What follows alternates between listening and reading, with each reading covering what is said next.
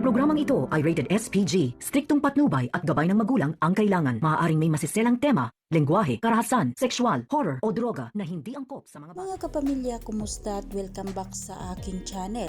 Narito ang aabangan natin sa FVJ, Batang Quiapo. Isang tahimik na lugar na dinala ni Rocky Boy sila Ramon at Tanggol. Doon tahimik silang bumuo ng plano laban sa mga gerero. Una ang desisyon ni Ramon na tatapusin na nila ang buong pamilya ng mga gerero at wala silang ititira ni isa. Usap-usap sila ni Tanggol na tatambangan umano nila ang mga gerero. Doon tatapusin na nila ang laban. Samantalang napanood nga ni Divina ang live video ni Brando kung saan isiniwalat niya ang lahat ng mga sekreto ng mga gerero. Galit na galit si Divina kay Brando dahil hindi nga nakikinig ito sa kanya.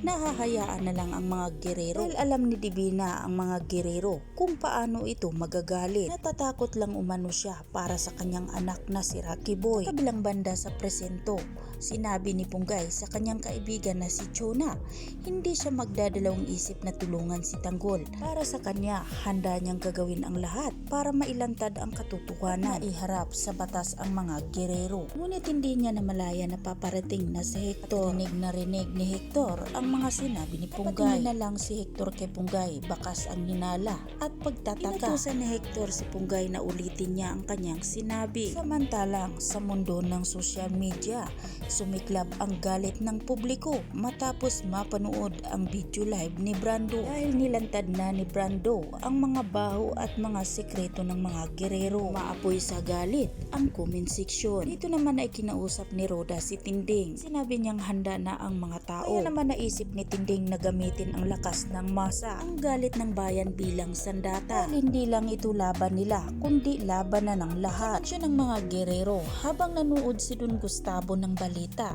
hindi niya inaasahan na sumiklab ang galit ng mga tao sa mga gerero. Nagsinglabasan na nga ang mga balita na hindi maganda laban sa mga gerero. Nanginginig sa galit si Don Gustavo. Hinarap niya si Miguelito. Sinisi si Miguelito ni Don Gustavo sa lahat ng kapalpakan sa kanilang pamilya. Hindi nang galit ni Don Gustavo. Nasabi niya kay Miguelito na mas karapat dapat nga raw umano si Tanggol na maging mayor ng bayan. Init ang ulo ni Miguelito. Sumigaw. Hindi niya matanggap na mas pabor si Don Gustavo kay Tanggol. Kalimutan na ni Miguelito na ama niya si Don Gustavo at gusto na sana niya itong saktan. Ngunit bigla silang tumigil na sumigaw sa Erika. Gulat ang lahat ng marami ng dugo ang lumalabas kay Erika. Sumigaw si Jackie na kailangan ng madala si Erika sa hospital. Bilis itong isinakay sa kanilang sasakyan patungong hospital. Ngunit sa gitna ng daan, bigla na lang silang napahinto dahil hinarangan na sila nila Tanggol at Ramon. Gulat na gulat si Miguelito at hindi handa sa laban nila ni Ramon at Tanggol. Iklab ang putukan, sigawan at habulan. Dahil takot na takot si Miguelito na harapin ang mga Montenegro.